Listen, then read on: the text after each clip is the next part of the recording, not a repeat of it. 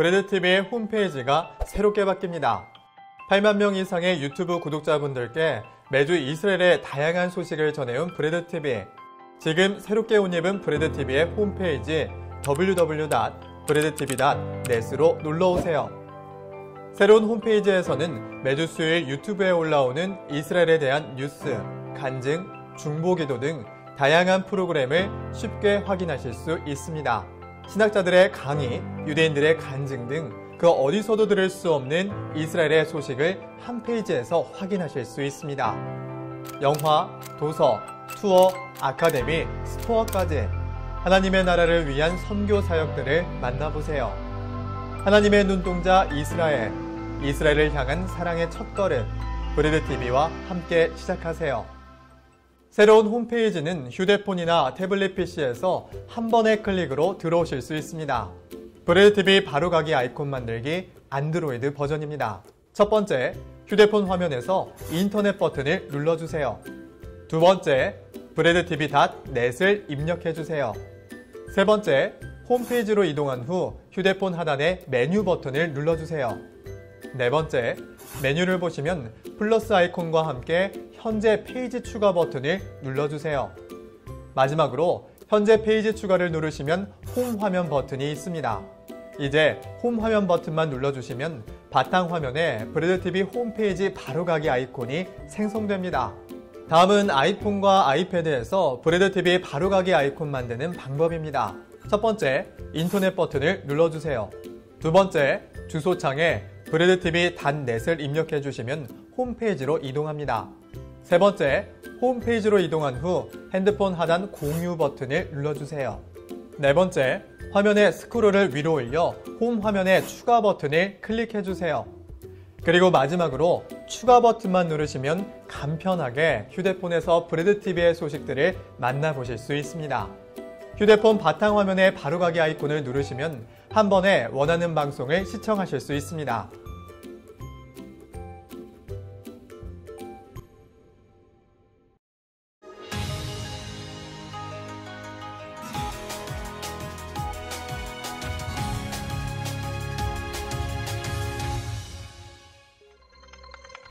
시청자 여러분 안녕하십니까? 2020년 5월 13일 이스라엘 중동 리포트입니다.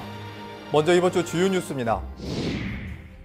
네타냐후 총리와 간츠당 대표의 합의와 크네셋 의원 72명의 지원으로 새 정부 출범의 길이 열렸습니다. 수정안에 따르면 만약 양측의 합의가 있다면 비상통합정부 임기를 기존 3년에서 추가적으로 1년 더 연장할 수 있는 것으로 알려졌습니다. 마이크 폼페이오 미 국무장관이 연립정부 출범일에 맞춰 이스라엘을 방문할 것을 공식 발표했습니다. 보도에 따르면 이번 방문은 서한지구 합병과 관련해 논의를 위한 것이라고 알려졌습니다. 18세 미만의 청소년에게 전도를 하는 것이 법적으로 금지된 이스라엘에 유대인들을 위한 기독교 채널이 출범합니다. 하지만 보도에 따르면 정부가 개종에 관한 엄격한 규정을 어기면 해당 방송은 금지될 것이라고 경고한 것으로 알려졌습니다. 이스라엘 중동 리포트 지금 시작합니다.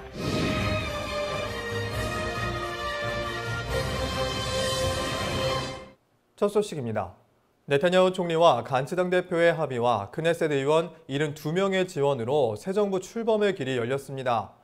수정안에 따르면 만약 양측의 합의가 있다면 비상통합정부 임기를 기존 3년에서 추가적으로 1년 더 연장할 수 있는 것으로 알려졌습니다. 타임스 오브 이스라엘 등 현지 언론들에 따르면 5월 7일 네타냐후 총리가 크네셋 의원 72명의 지지를 받아 앞으로 최소 18개월 동안 총리직을 수행할 수 있게 됐다고 보도했습니다. 보도에 따르면 지난주 네타냐후 총리는 베니 간츠 청백당 대표와 연정 협정을 마무리하고 13일 새 정부 취임 선서식을 개최할 것으로 알려졌습니다. 또 이날 가장 중요한 순간이었던 총리직 순환 법안 표결은 우파 블록 중의 하나인 야미나 연합 의원들이 참석하지 않은 가운데 찬성 72표로 통과됐습니다. 양측의 합의 서명은 이날 리쿠드당과 청백당의 권력 분담을 뒷받침하는 준헌법 개정안이 의회에 승인을 받은 지 몇 시간 후 리블린 이스라엘 대통령에게 전달됐다고 현지 언론들이 보도했습니다. 또 보도에 따르면 네타냐후 총리는 리블린 대통령에게 보낸 서한에서 비상통합정부를 구성하는 임무를 맡기로 합의했다고 전한 것으로 알려졌습니다.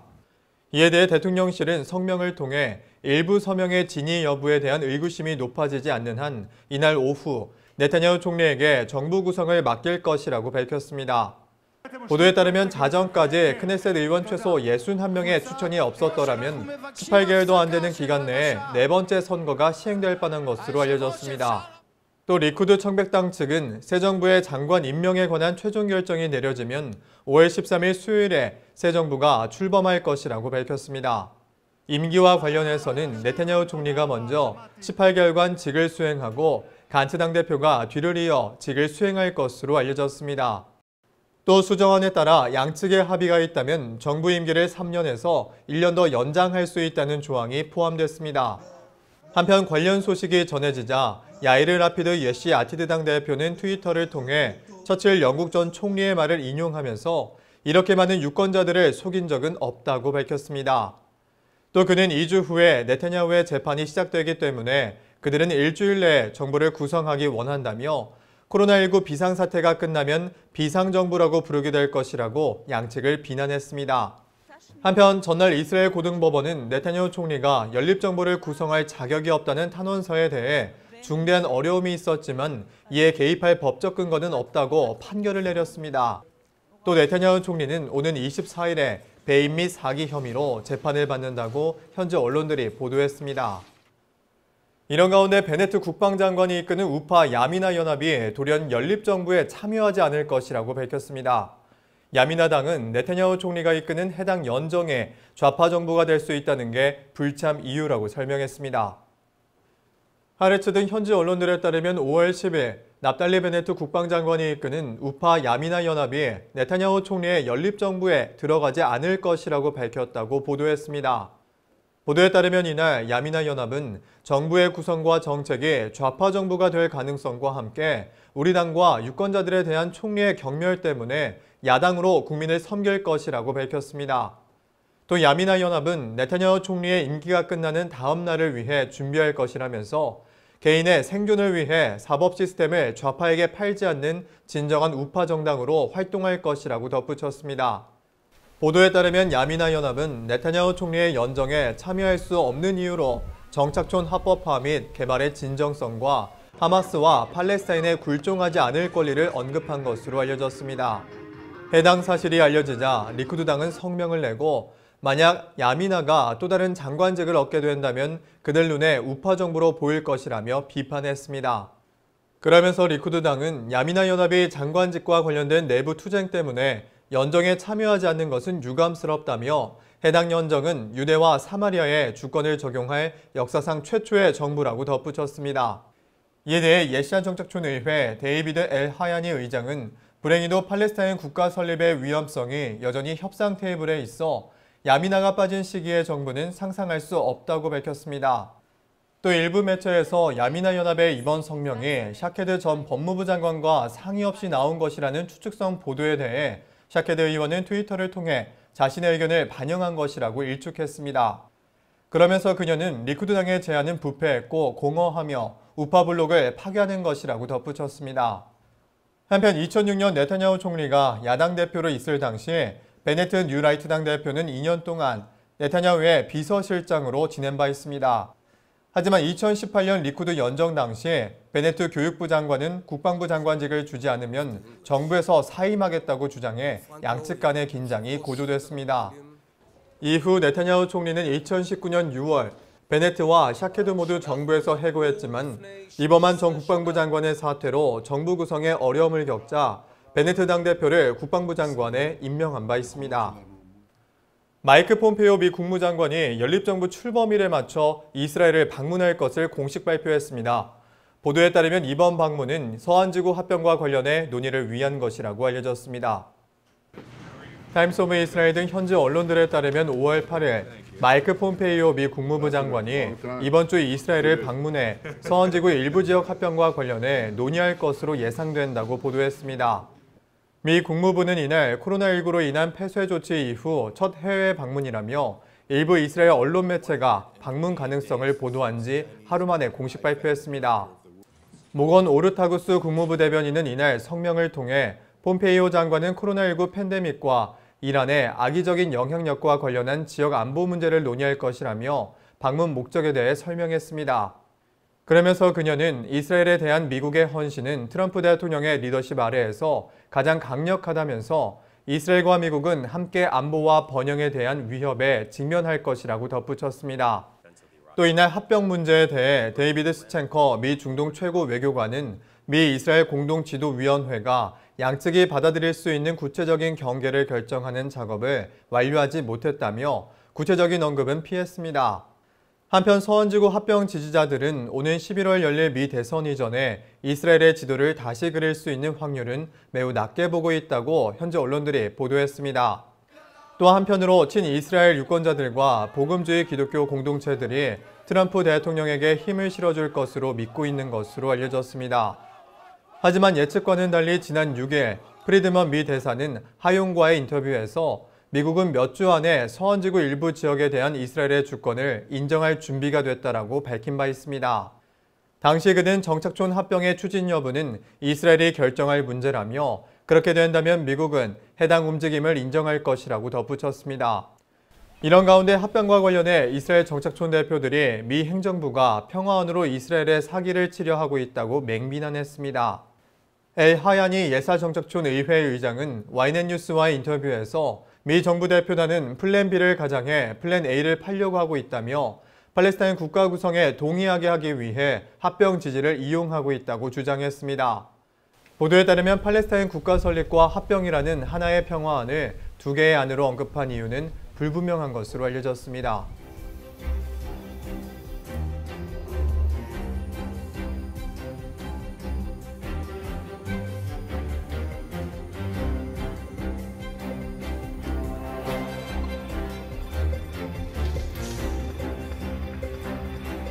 I think this is a testament to the strength of our alliance, the strength of President Trump's commitment to the state of Israel, and to the strength of your commitment to the state of Israel in our alliance as well. So I want to thank you for that too.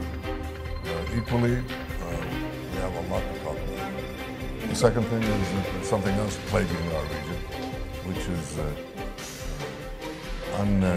unremitting Iranian aggression and terror. And I want to express my appreciation for the strong position that the President and you and your administration put forward against Iran. First, by withdrawing from the dangerous Iran. Third, by going after continuing the arms embargo against Iran that has not stopped for a minute. Its aggressive designs and its aggressive actions against Americans, Israelis, and everyone else. Now we're about to form a national unity government tomorrow.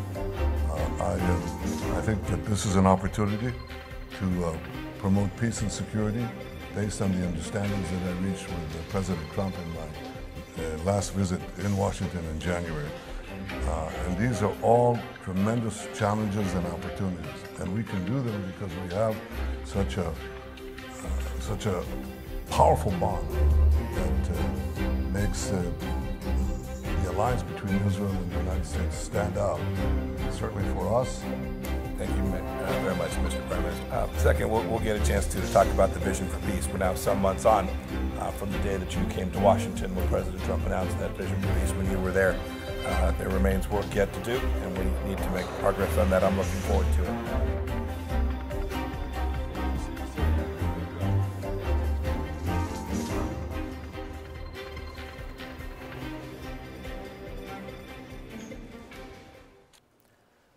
18세 미만의 청소년에게 전도를 하는 것이 법적으로 금지된 이스라엘에 유대인들을 위한 기독교 채널이 출범합니다.